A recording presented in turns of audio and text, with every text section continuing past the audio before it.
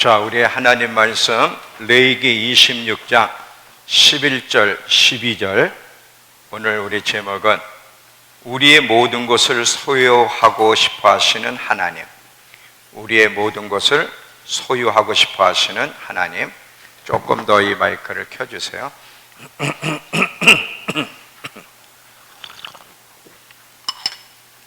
레위기 26장 11절과 12절. 내가 성막을 너희 중에 세우리니 내 마음이 너희를 싫어하지 아니할 것이며 나는 너희 중에 행하여 너희의 하나님이 되고 너희는 내 백성이 될 것이니라. 나는 너희의 하나님이 되고 너희는 내 백성이 되리라.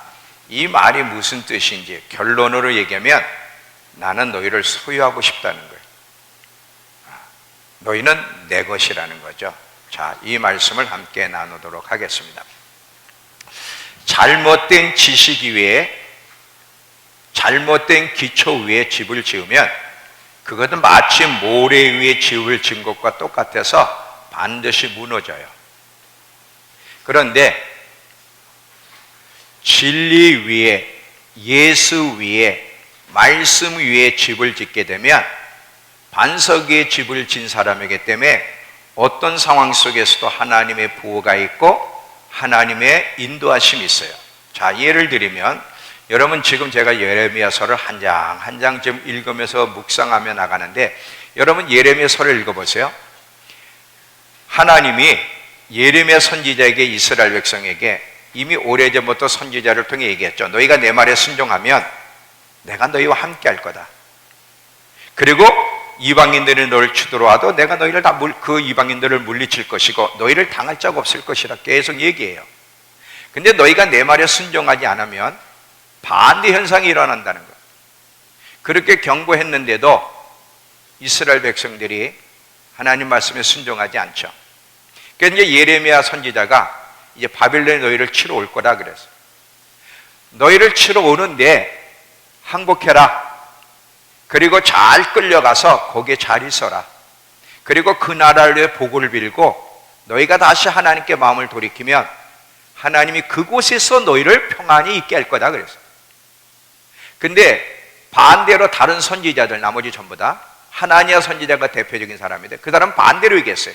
아니다. 저 예레미야는 거짓된 예언자다. 하나님이 저를 통해 말씀하지 않았다. 하나님이 2년 안에 다시 돌아오게 할 것이고 이 느부갓네살이 주어진 명예를 하나님이 끊어버리실 거고 우리를 회복시킬 거다. 제가 분별이 얼마나 중요한지를 한번 설교를 했죠. 자, 이 상황 속에서 대부분의 이스라엘 백성은 하나니아 선지자가 하나님의 말씀을 전하는 사람이라고 생각했을 거예요. 그런데 예레미야가 하나님의 말씀을 전한 사람이죠. 잘 봐요. 하나님 진리가 듣기에 불편하고 껄끄러워도 진리라는 기초 위에 서서 하나님 말씀대로 순종하면 반드시 하나님의 보호를 받아. 지금 계속 이스라엘 백성이 바벨론으로 포로로 끌려가. 하나님이 느부갓네살을 통해서 쑥대밭을 만들어 가지고 포로로 끌려가게 하는데, 근데 참 놀랍게도요, 예레미야는 하나님이 보호해 주세요. 뭐라 그러냐면 참 그 와중 속에서도 느부갓네살 왕이 그 사령관에게 예레미야는 보호해라.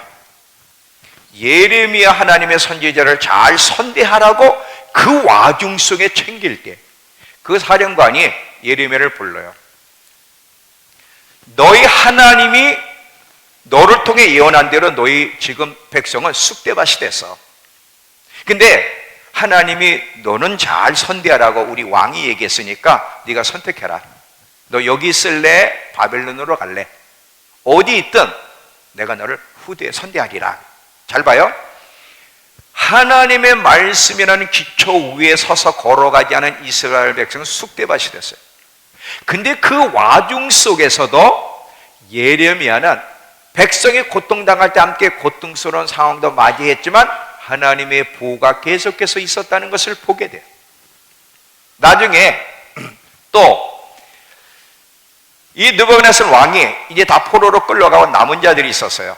그 남은 자들을 이끌어가라고 총독을 하나 세웠어요. 그다랴라는 총독을 세웠는데, 이 총독이 나머지 사람을 이제 데리고 이스라엘 땅에 있을 때 예레미야도 거기 남겠다 그래서 거기 남았어요. 이제 선대에 받아가지고. 그런데 각국으로 도망 다니던 사람들이 이제 바벨론 나라가 느부갓네살 왕이 떠났다는 얘기를 듣고 다시 자기 고향으로 돌아와 그 총독 밑에 있죠. 총독 밑에 있는데 어떤 한 사람이, 이스마엘이라는 사람이 왕의 가족인데 후손인데, 그 사람이 그다랴 총독을 죽이려고 하는 것을 그 군대 장관 중에 한 사람이, 요하나니라는 사람이 얘기해요. 당신을 죽이려는 사람이 있으니까 내가 저를 죽이게 해주세요. 그랬더니 그다랴가, 잘 들어봐요 스토리를, 아니야 너 거짓말이야. 왕의 후손이 나를 죽이려고 하겠어? 아니야 너 거짓말하는 거야. 내버려뒀다가 진짜 죽임을 당했어요. 죽임을 당해서 나중에 어떤 문제가 생기냐면, 느부갓네살 왕이 세운 총독이 죽고 그를 지키라고 보낸 바벨론 군대가 죽었으니까 이제 바벨론이 또 쳐들어올 거 아니에요. 그러니까 이거 어떻게 해야지 해서 남아있는 사람이 어디로 도망가야 되냐, 애굽으로 가야 되느냐, 여기 남아야 되느냐, 이 문제를 가지고 예레미야에게 또 질문합니다. 너희 하나님이 뭐라고 하시는지, 좋은 소리든 나쁜 소리든 하나님이 말씀하는 대로 우리가 순종하고 싶다, 한번 여쭤봐라 그래. 3일 만에 하나님이 예레미야에게 말씀을 하세요. 애굽으로 내려가지 마라. 애굽으로 내려가면 니네가 살 것 같지만 거기 가면 내가 쫓아가서 너희를 죽일 거야. 유다 땅에 남아있어. 유다 땅에 남아있으면 내가 다시 너희를 느부갓네살 왕을 통해 선대하게 해줄게. 이게 믿어지나? 또 안 믿어지지. 근데 예레미야가 그렇게 전달했을 때 그 사람들이 안 믿어. 아, 너 거짓말로 했어. 너 우리 도망 못 가게 하는 거지 너. 자, 잘 보세요. 그래서 결국 예레미야와 그 나머지 백성들을 애굽으로 끌고 가. 그때 또 예언이 나오는 거야. 너희는 죽었어 그래. 자, 여기 잘 보면요, 역사가 진리 위에 서서 하나님 말씀 위에 서서 걸어가게 되면 어떤 상황을 만나든 하나님의 보호와 하나님의 인도하심이 있어요. 그런데 하나님의 말씀 위에, 진리 위에 서서 걸어가지 않으면, 잘못된 기초, 잘못된 지식 위에 집을 세우면 반드시 무너진다는 것이 성경의 역사가 이야기하는 거예요. 나는 오늘 성령께서 저와 여러분에게 진리의 소리가 뭔지를 분별할 수 있도록 도와주시기를 기도하는 마음으로 오늘 말씀을 전하려고 합니다. 반드시 진리가 불편해도, 진리의 소리가 불편해도 우린 진리 위에 서야 돼. 말씀 위에 서야 돼. 예수라는 기초 위에 서서 걸어가야만 우린 보호를 받고 하나님의 축복을 받아. 만약에 말씀이란 잘못된 지식 위에 서서 걸어가게 되면 모리의 집을 지은 것인데 그건 반드시 어느 순간 무너지고 망하는 거예요. 그게 성경의 역사입니다. 자, 오늘 하나님이 저에게 진리가 무엇인지를 깊이 깨닫게 해주셔서 성령으로 전하게 해주시기를 기도하는 마음으로 전달합니다. 하나님이 우리를 구원하시기 위해 값을 지불하셨어요. 어마어마한 값을 지불했죠. 죄 삭은 사망이에요. 죄를 진 인간은 반드시 죽어서 영원한 사망, 지옥에 가야 돼. 이게 죄의 대가야. 근데 하나님이 우리를 사랑하사 우리를 구원하시기 위해 값을 치렀는데 얼마나 어마어마한 값을 치렀냐? 당신의 아들을 십자가에 내 죽는 죽음을 통해서 죄값을 치르고 우리를 구원하셨어요. 우리가 구원받은 거, 우리는 그냥 믿음으로 은혜로 구원받는다고 말은 하지만 이 우리가 구원받는 데 있어서 하나님은 어마어마한 값을 치렀는데 아들의 생명, 다시 말하면 자기의 생명을 대가로 우리를 구원하셨다는 거예요. 이게 깊이 여러분에게 와 닿아야만 우리는 바뀌어질 수 있어요.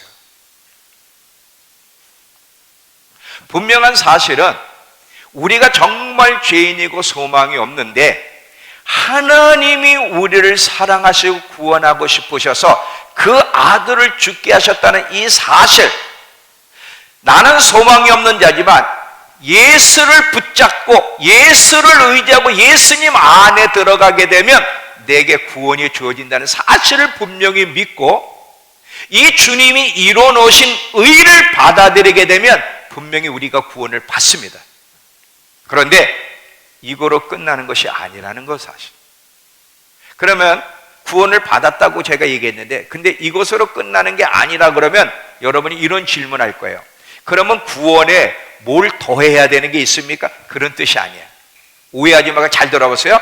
분명히 구원은 예수 그리스도의 죽음으로 충분해. 그분의 십자가의 죽음과 피로 구원받는 것 충분한데, 그런데 구원받은 우리 역시 하나님 앞에 항상 값을 지불해야 된다는 사실 또한 진리라는 거예요.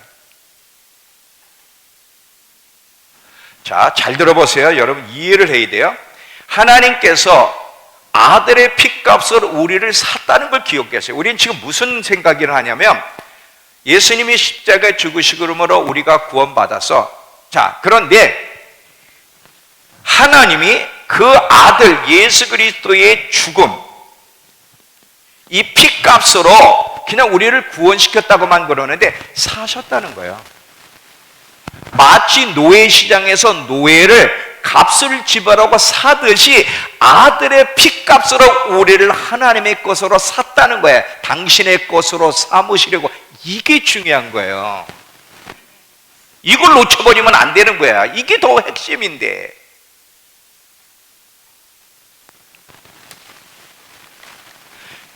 사셨기 때문에 우리를 당신의 아들의 피로 우리를 마치 노예시장의 노예를 사듯이 우리를 당신의 거로 사셨는데, 사신 하나님은 우리에게 왜 사셔? 우리 전부를 원하기 때문에 산 거예요.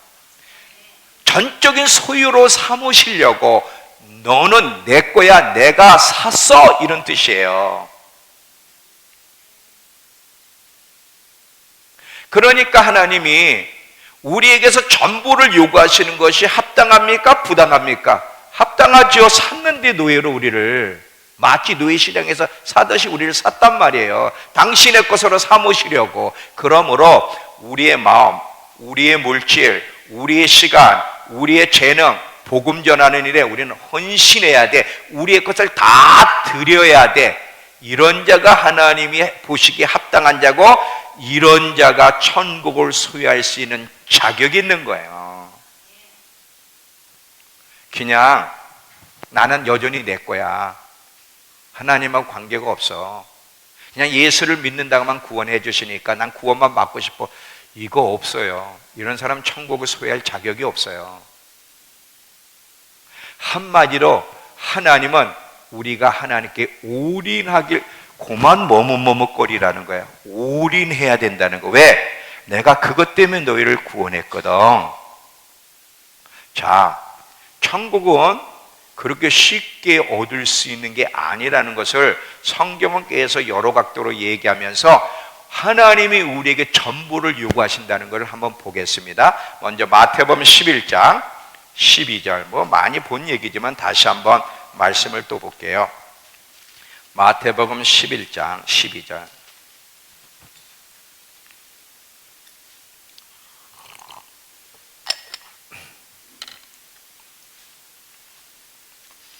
세례 요한 때부터 지금까지 천국은 침노를 당하나니 침노하는 자가 천국을 얻는다, 뺏는다는 거예요. 이게 킹제임스 버전에서는 하늘 왕국은 폭력을 당하며 폭력배들이 강제로 그걸 빼앗는다는 거예요.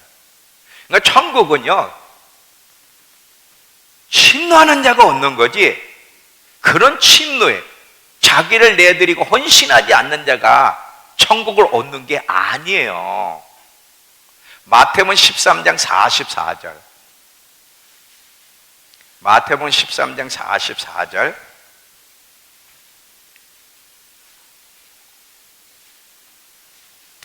천국은 마치 밭에 감추인 보화와 같으니 사람이 이를 발견한 후 숨겨두고 기뻐하며 돌아가 자기 소유를 다 팔아 그 밭을 산다. 천국이 얼마나 가치 있느냐? 돈으로 살 수 없는, 오직 예수 그리스도의 은혜로만 사는데, 그렇다고 해서 자기 것은 하나님께 내어리지 않고 조금만 헌신해도 천국을 소유할 수 있느냐? 성경 보라고. 진짜 천국을 발견한 사람, 천국의 가치를 아는 사람은 우리도 하나님께 값을 치르게 돼 있다는 거예요. 우리 모두를 하나님께 드리게 돼 있다는 거예요. 우리는 뭘 잘못 알고 있어요? 하나님의 은혜를 힘입은 자가 어떻게 하나님께 값을 치러야 되는지 두 예를 드릴게요. 사도 바울의 얘기인데, 고린도전서 9장 16절. 고린도전서 9장 16절.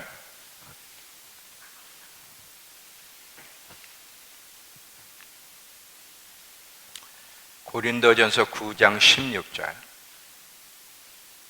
그러나 내가 복음을 전하는 것은 내게는 자랑할 것이 아닙니다. 그것은 내가 꼭 해야 할 일이기 때문입니다.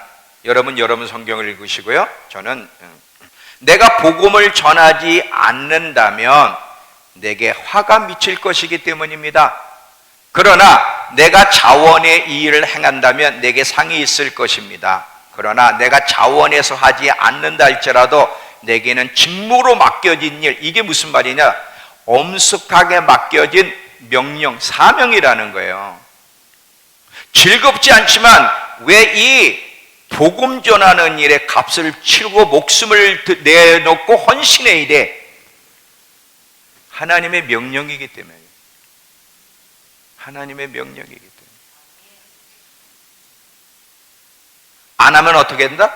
화가 내게 미친다 이거지. 이건 사도 바울에만 얘기가 아니에요. 우리 모두에게 얘기하는 거예요. 이번엔 고린도후서 5장 13절에서 15절. 고린도후서 5장 13절에서 15절.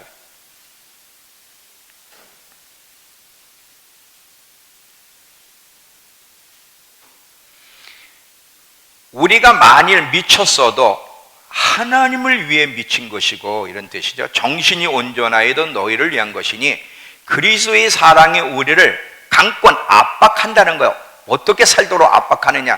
예수에 미쳐서 헌신하도록.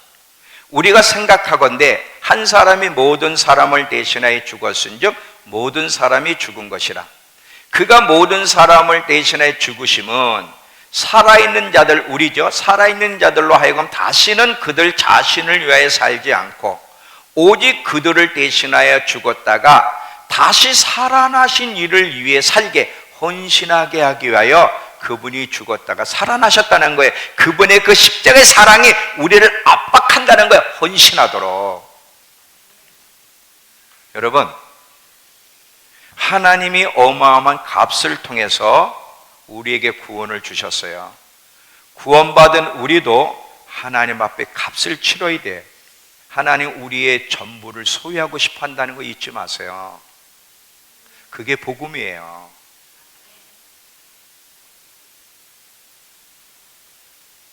이 메시지 성경에서는 이 부분을 어떻게 정리를 했냐면, 그냥 들으세요.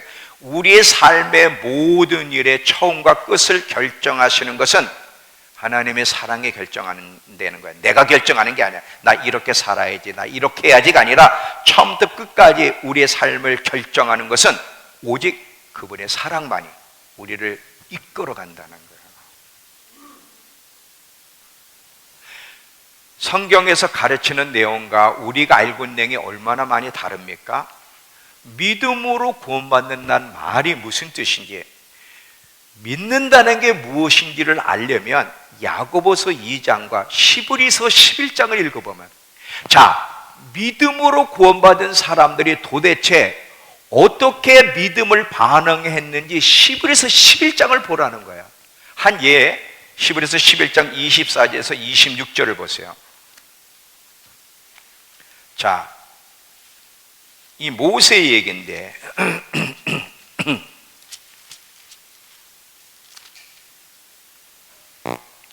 24절에서 26절.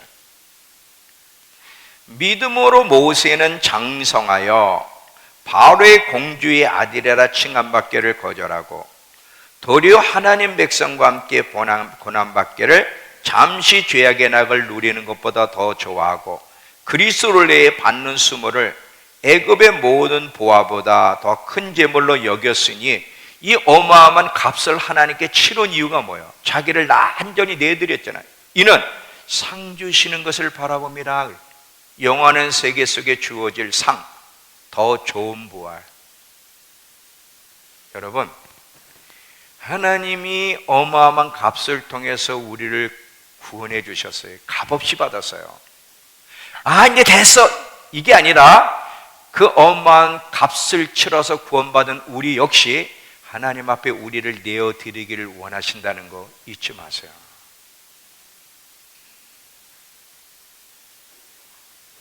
이 땅에서도요, 값진 것을 얻으려면, 값진 것을 살려면 그만한 값을 지불해야 살 수 있듯이 천국은 이 세상에서는 살 수 없는 어마어마한 보물이야. 값으로는 살 수 없어서 하나님의 아들이 죽으셨어요. 그래서 예수 그리스도의 그 공로로 우리가 샀지만 그걸로 끝나는 것이 아니라 이제는 그 십자가의 사랑, 그 사랑이 우리를 어떻게 강권하냐면, 그 사랑이 어떻게 우리를 압박하느냐면, 하나님이 어떻게 우리의 요구하냐면 너도 나한테 달라는 거야. 너는 네 게 아니야, 내 것이야. 내 것. 전적인 소유로 삼으려고 내가 너를 구원했다는 거 알고 있니? 자, 이사야 한번 성경을 보겠습니다. 43장 1절. 이사야 43장 1절.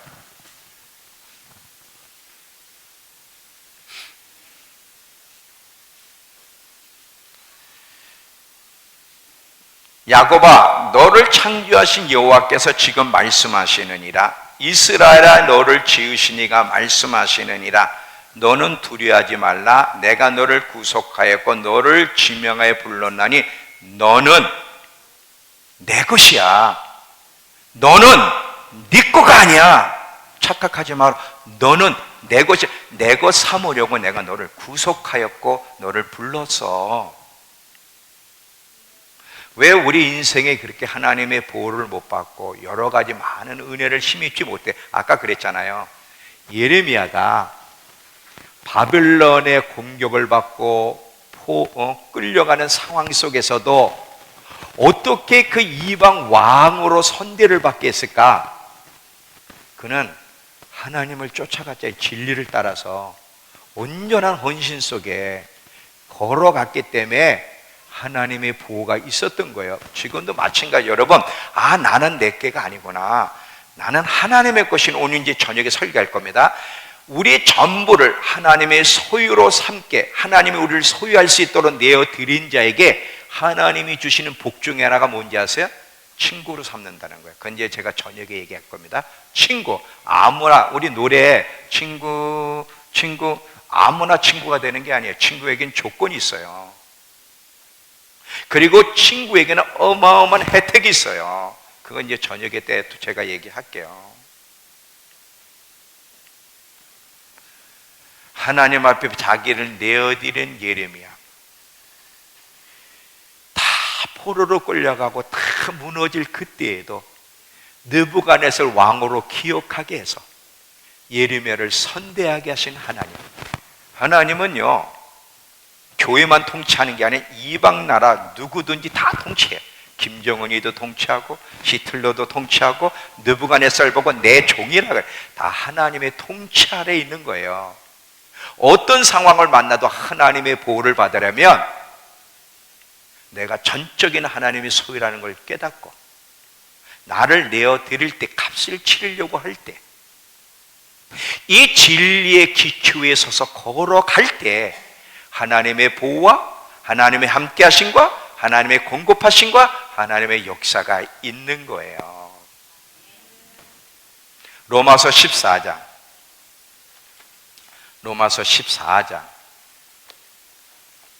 7절에서 9절.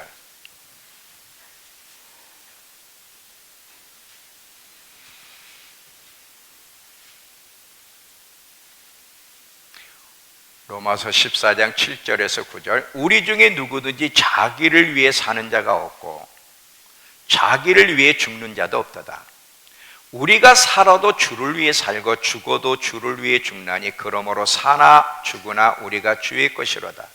이를 위하여 그리스도께서 죽었다가 다시 살아나셨으니 곧 죽은 자와 산 자의 주가 되려 하심이라. 우린 계속해서요, 말씀을 통해서 잘못된 기초를 빨리 부수고 올바른 진리 위에 집을 져야 돼. 그래야 안 무너지는 거예요. 우리는 너무나 잘못된 기초에 집을 짓고 있는 게 많아요. 하나씩 고쳐나가요. 말씀을 들을 때마다 교정받을 수 있는 게 복이에요. 계속 예배 때마다 말씀을 통해 계속 하나씩 교정받아 나가는 것, 이거보다 더 큰 복이 없다는 사실을 기억하셔야 됩니다. 우린요, 어떤 식이냐면 예수를 믿는다고 고백만 하면 천국 간다니까, 나 믿었어. 그 믿었으니까 또 교인이 됐으니까 뭐 이 정도는 헌신해야 되지 않겠어? 작은 헌신을 가지고 천국을 소유하고 싶어 하는데, 오히려 우리는요, 작은 헌신을 가지고 천국을 소유하고 싶고 하나님으로 인해 이 땅에서 우리가 더 잘 되기를 원하지, 하나님께 올인하고 싶은 마음은 요만큼도 없다 이거예요. 그게 우리의 문제예요. 근데 성경은 뭐라고 요구해? 나를 따르려면 너 자신을 부인하고 너 십자가를 지고 나를 쫓아야 돼. 생명을 얻고자 하면 잃을 것이고 잃고자 하는 자는 얻을 것이야. 보물을 절대 땅에 쌓아두지 마라. 거기는 좀과 동록이 해하며 도둑이 들어와 구멍을 뚫고 도둑질해. 오직 너희 보물을 하늘에 쌓아두라. 이 성경에서 우리에게 요구하는 것과 우리가 알고 있는 이 지식과 얼마나 많이 상충되고 다른지를 우린 봐야 돼요. 그래서 하나씩, 내가 잘못된 기초 위에 잘못된 지식의 집을 지었구나, 거짓된 안전 속에 있었네, 깨닫고 계속 잘못된 기초를 부수고 계속 새로운 기초 위에, 진리 위에 자기 집을 지려고 노력해가는 것이 중요하죠. 여러분은 여러분께 아니에요. 자꾸 마음대로 살려고 그러는데 권한이 없어요. 시작부터 끝까지 우리의 모든 일을 결정하시는 분은 그분의 사랑, 그분이에요. 왜? 우린 그분 거기 때문에.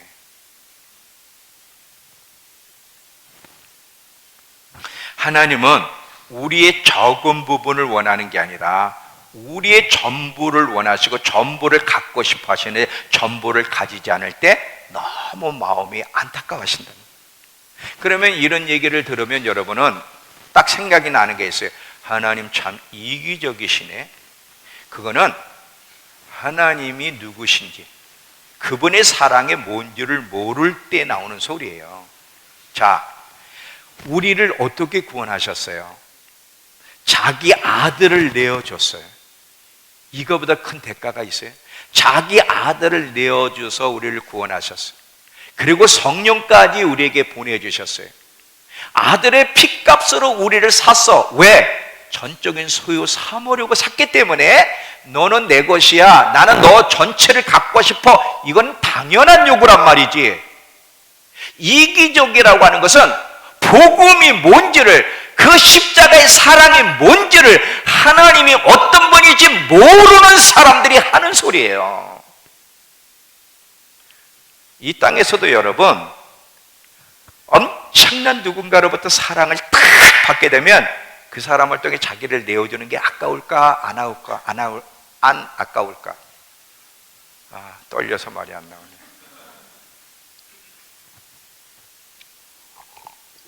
성원아, 내가 성원이가 물에 빠져서 다 죽어가. 수영을 못해. 내버려두면 죽어. 그 너무 불쌍하고 살려주고 싶은 거예요. 그래서 제가 물속에 뛰어 들어갔어요. 물속에 뛰어 들어가서 일단은 꼬록꼬록 할 때 내버려둬야 돼요. 살아있을 때 붙잡으면 나도 붙잡고 둘이 다 죽어. 그래서 조금 다운될 때까지 이제 주위에 맴 돌다가 이제 거의 죽기 직전, 그때 제가 이제 끄집어 딱 목을 딱 잡고 수영해서, 방송 조심해, 이거 왜 그러지? 딱 해서 살렸어. 그래가지고 인공호흡 다 해서 살려놨어. 죽을 수밖에 없는 저 아이를 목숨을 내걸고, 물살이 막 뛰어내려가는 데서 목숨을 내고 살렸어. 어마어마한 사랑을 힘입었어. 그러면 성훈이가 나한테 자기를 내어주는 일에, 충성하는 일에 아까울 게 있을까 없을까? 오케이. 똑같은 거예요. 똑같은 거예요. 하나님은 이기적인 분이 아니에요. 당연한 거예요.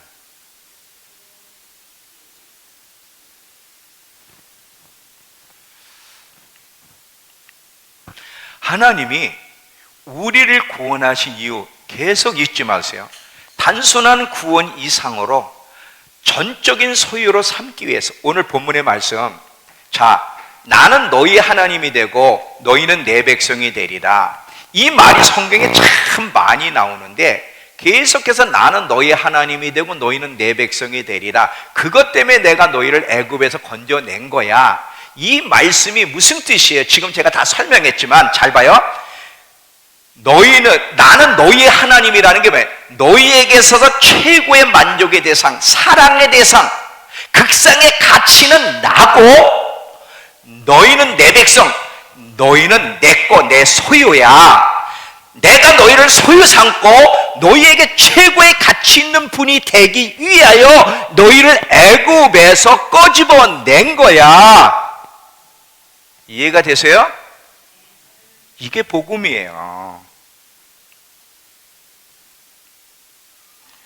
너희를 전적으로 내가 소유하고 싶어서 애굽에서 끄집어냈고, 너희에게는 나 외에는 신이 없어. 나 외에는 하나님이 없어. 나 외에는 사랑할 대상이 없어. 나 외에는 극상에 갇힌 분이 없다. 이거 가르쳐주기 위해서 내가 애굽에서 너희를 끄집어내고 너희를 구원한 거야. 내 아들을 보내 십자가 너희를 산 거야. 이걸 가르쳐주기 위해서.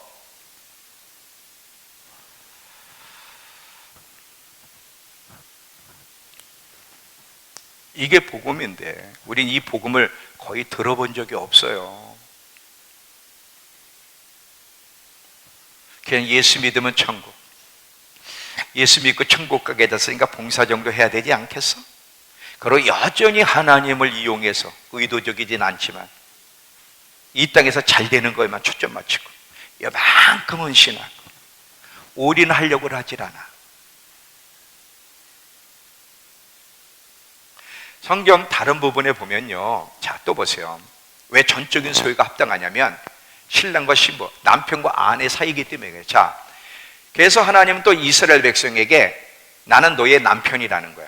근데 네가 첫 남편을 버렸다는 거야. 나중에 이스라엘 백성이 회개하고 돌아올 때 뭐예요? 첫 남편으로 돌아오게 하는 게 또 회복이에요. 자, 한번 성경 보겠습니다. 자, 예레미야 31장 32절. 하나님이 이스라엘 백성들에게 당신을 남편으로 계시하는 부분을 한번 봅니다. 구원자이실 뿐 아니라 하나님이실 뿐 아니라 남편이란 말이에요. 계시록 31장 32절.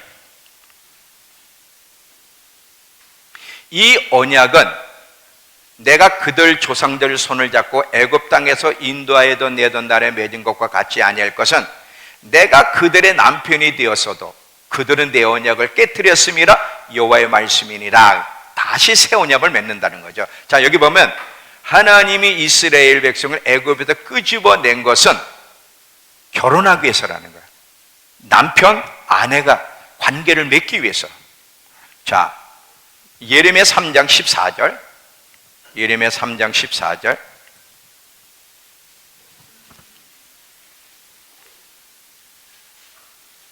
여호와의 말씀이니라 배역한 자식들아 돌아오라. 나는 너희 남편이라. 남편에게 다시 돌아오라는 거예요. 내가 너희를 성읍에서 하나와 족속 중에 둘을 택하여 너희를 시온으로 데려오겠다. 마지막 회복할 때 회복시킬 거다. 그러니까 이제 돌아와라. 남편에게 돌아오라는 거야. 호세아서 2장 7절. 호세아서 2장 7절.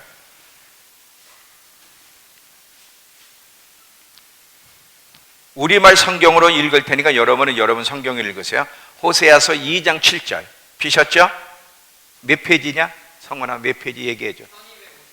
1258페이지 구약. 자, 우리말 성경을 읽을 테니까 여러분 성경으로 그녀는 그녀의 애인들을 이스라엘 백성들 말하죠. 쫓아가지만 그들을 따라잡을 수 없고 그들을 찾지만 발견하지 못할 것이다. 그러면 그녀가 말할 것이다. 내가 내 첫 남편에게로 돌아가겠다. 그때가 지금보다 좋았는데 하고 회개하고 돌아간다는 거야. 첫 남편에게. 부부 사이에서는요, 전적인 소유는 당연한 거예요. 그죠? 나는 너희 하나님이 되고 너희는 내 백성이 되리라. 하나님이 이스라엘 백성과 우리 모두를 구원하신 전적인 소유, 하나님이 우리에게 극성에 가치 있는 분, 우리는 하나님의 전적인 소유로 삼기 위해서. 그리고 이것은 당연한데 부부 사이에서도 당연하단 말이에요. 예수님이 우리의 신랑에 우린 그의 아내예요. 그러니까 신랑 된 예수님이 우리의 전부를 원하는 건 당연한 거죠. 이스라엘이 회개하고 회복해야만 예수님이 재림하는데 무엇을 회개하고 무엇을 회복합니까? 예수님을 메시아로 받아들이지 않고 그들의 왕으로 받아들이지 않고 남편으로 받아들이지 않고 전적인 하나님의 소유라는 것을 받아들이지 않은 것을 깨닫고 그들이 회개하여 어떻게? 예수가 그들의 메시아였구나, 그들의 왕이었구나, 우린 전적인 그분의 소유였네, 그분이 우리의 남편이시구나 깨닫고 회개하고 예수님을 그렇게 받아들일 때 예수님이 재림하시는 거예요. 근데 이스라엘 백성들로 이렇게 회개하고 회복시키는 일을 누가 합니까? 교회가 하는 거예요. 교회에게 맡기신 거거든. 그러면 교회인 우리가 어떻게 할 때 이 일을 해? 먼저 교회가 우리가 하나님의 전적인 소유라는 걸 우리부터 인정을 해야, 그리고 하나님께 내어드려야 하나님이 우리를 통해서 당신의 뜻을 이루잖아요. 우리가 전적인 소유로 내드리지 않는데 어떻게 이스라엘 백성에게 너희는 하나님의 것이야 말을 할 수가 없지. 자, 우리가 전적으로 하나님의 소유라는 걸 인정을 내어드리면 그런 자에게 하나님은 친구의 그 은혜를 주신다 그랬잖아요. 그 친구에게 어떻게 축복하시고 함께 하시는 걸 이스라엘이 보는 거예요. 하나님을 섬길 때, 하나님의 전적인 소유가 될 때, 하나님을 남편으로 삼을 때 어떻게 하나님이 함께 하시고 복을 내려주시는지를 이스라엘 사람들이 보고 시기케 하여 이스라엘 안에서도 그런 회개와 회복이 일어나도록 교회가 도전 줄 때 이스라엘은 하나님께 돌아올 거고 이게 복음이고 그때 예수님이 재림하시는 거예요. 우리가 그 일을 해야 돼. 근데 우리가 그 일을 하려면 우리부터가 나는 전적인 하나님의 소유구나, 난 내 거가 아니라는 걸 깨달으셔야 되는 거예요.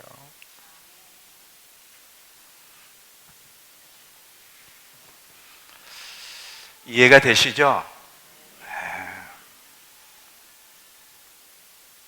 하나님 우리에게 마치 이렇게 말씀하세요. 잘 들어봐요. 천국을 내가 너에게 줄게, 값없이 줄게, 내 아들의 생명을 통해서 너를 값을 치러 줄게. 여기서 끝나면 좋은데, 근데 너 나에게 주지 않겠니? 이게 뒤에 있는 거예요. 내가 너에게 천국을 줄게, 너도 나에게 너 자신을 줄 수 없겠니? 이게 주님이 요구하시는 거거든. 근데 우린 뒤에 거는 원하질 않아. 생각조차 하고 싶질 않아. 그런 천국 없어. 그건 거짓말이에요. 행위로 구원받는다는 건 아니지만 믿음이라는 건 믿음으로 구원받는다. 믿는다는 게 도대체 어디까지 뭔지를 우리는 성경을 통해 믿음의 사람들을 통해 히브리서 11장을 통해 우리는 정확하게 이해를 해야 되는데 우리는 반쪽 믿음, 싸구려 믿음, 싸구려 은혜를 지금 붙잡고 있는 게 문제예요. 그 싸구려를 누가 팔았을까?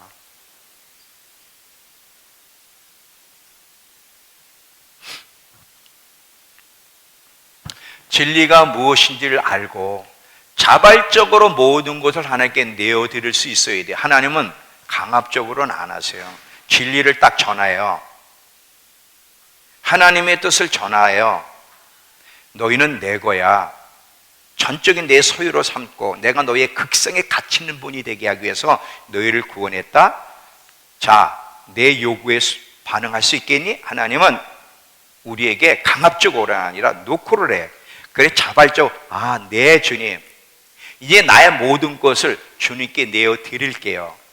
내가 전적인 주인의 소유였다는 걸 이제 깨달았습니다 하고 내어 드릴 때 하나님이 기뻐하시고 그가 복 있는 자고 이런 자가 천국을 소유하고 싶어 값을 치르는 자예요.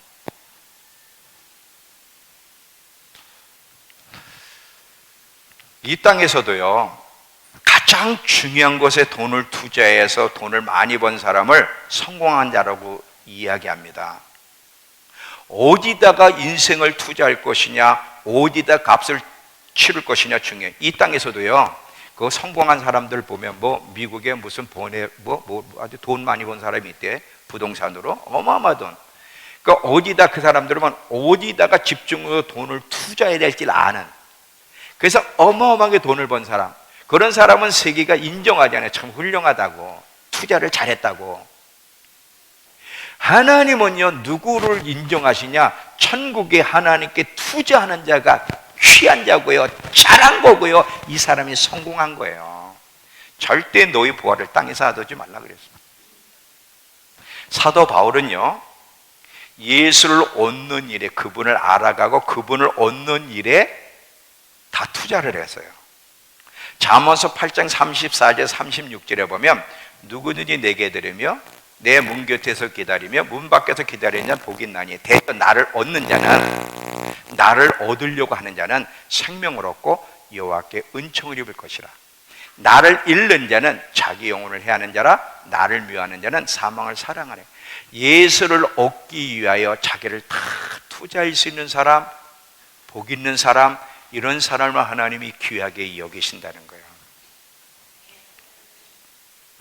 하나님은요, 우리를 다 소유하고 싶어서 영원한 세계에 대한 마음을 우리 속에 불러일으켰어요. 천국에 대한 소망을 불러일으키신 이유는 뭐예요? 우리를 소유하고 싶어서. 이거 다 너희 거야. 더 좋은 부활이 있다?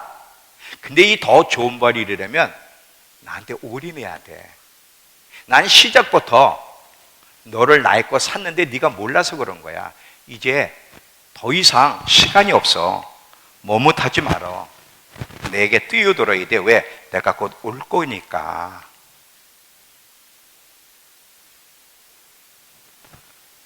이게 진정한 구원받은 자의 모습이고요, 연인의 모습이에요. 연인에게 아까울 게 뭐 있어? 자, 민철아, 지연이하고 맛있는 거 먹을 때,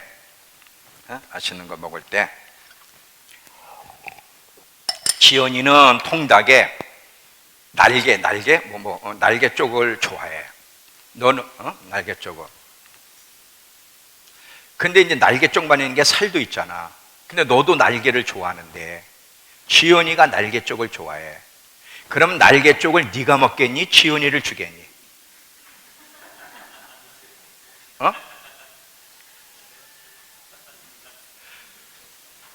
자기 아니, 연인 사이에 둘 다 날개를 좋아하는데 나 날개 먹고 싶어 하고 지 입에 들어가는 사람 봤어? 가장 좋은 거, 먹고 싶어 하는 거 사랑하는 여인에게 기꺼이 주는데 그게 당연한 거 아니에요? 하나님과 우리 사이에, 신랑 계신 예수님과 우리 사이에 그래야 되지 않습니까? 그게 정상이란 말이에요 지금. 그런데 하나님 날개 좋아하세요? 나도 좋아해요. 이러고 있다니까. 우리가 이러고 지가 날개 다 먹고 이제 배불러, 더 이상 못 먹겠어, 날개가 하나 남았어. 하나님 하세요. 나쁜 사람들이지. 그러면 안 되는 거예요. 복음이 뭔지를 알아야지.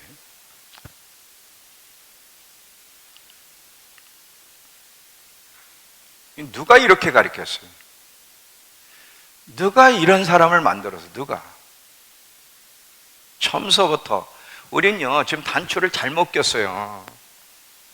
단추를 좀 이렇게 끼고 있다니까. 단추를 이렇게 꼈으니 뭐가 잘 될 게 있어. 근데 몰라 단추를 잘못 끼고 있다는 거를. 누군가가 진리서를 전하는 사람들이 있어야 단추를 제대로 껴야 이게 가지런히 되잖아. 단추를 잘못 끼고서 자꾸 잘 되기를 바라는데 돈은 몇 푼 벌지 모르지만 절대로 영적인 건 안 줘요. 절대로 안 줘요. 천국도 안 주고 천국도 절대 안 주십니다. 그냥 이 땅에서 밥 숟가락 먹다가 죽는 거죠. 우린 영혼이 잘된 같이 범사가 끝까지. 여러분 보세요. 난 예레미야를 보면서요, 이야, 하나님 마음을 사로잡아야 되겠다. 그 느부갓네살 통찰이 다 포로로 끌려가고 다 막 무너지고 죽었는데도 어떻게 느부갓네살이라는 이방 왕이, 그 무시무시한 왕이 예레미야를 선대할 생각을 가지고 그 장군 부하들에게 지시를 할까? 하나님의 통치가 아니고 이건 불가능하잖아요. 그러면 내가 하나님 것으로 하나님께 올인하게 되면 하나님이 적그리스도가 통치하고 세상에 어떤 상황이 와도 하나님은 나를 기억하여 저 이방인 예수 믿지 않는 사람들을 통해서도 나를 보호하고 나를 먹이시고 나를 이끌어 가시겠구나. 그거를 깨닫는 거예요. 그거를 깨닫는 거예요. 하나님이 다 통치하십니다. 여러분, 피난처는요 어디로 도망간다고 피난처가 아니야. 미국 도망간다, 뭐 인도네시아 섬으로, 절대 쓸데없는 소리야. 한 달란트가 되는 43kg의 우박이 떨어지는데 어디 가서 피해? 동서남에서 어마어마한 전 세계적으로 태풍이 불 텐데 어디서 피할 거예요? 하나님이 우리의 피난처였어요. 하나님이 우리의 보호막이. 하나님 안에 있을 때만 보호를 받는 거예요. 느부갓네살 통치 아래에서 예레미야가 선대를 받잖아요. 그 장군이 너 다 선대해 줄게. 네가 원하는 대로 해줄게. 어떻게 이럴 수 있어? 자기 민족도 아니고 이방 그 폭군들이 어떻게 이럴 수 있냐? 하나님이 통치하시기 때문에 이게 가능한 거예요. 하나님이. 여러분, 우린 그런 복을 받을 수 있어요. 그런 복을 받는다면 뭐를 두려워할 게 있겠습니까? 이건 사실이에요. 이게 진리예요. 하나님은 우리 모든 것을 소유하고 싶어 하세요. 근데 그게 당연한 거예요. 왜? 우리를 처음부터 구원하실 때 너는 내 것, 전적인 소유로 삼으려고, 그리고 하나님이 우리의 극상의 가치 있는 분이라는 걸 깨닫고 그렇게 살게 하시기 위해서 처음부터 우리를 구원하셨기 때문에 우리는 그렇게 살도록 노력해 가야 되는 거예요. 이 진리 기초 위에 서서 계속 하나님 말씀대로 반응하며 살아갈 수 있는 저와 여러분에게 축원합니다. 기도합시다. 하나님,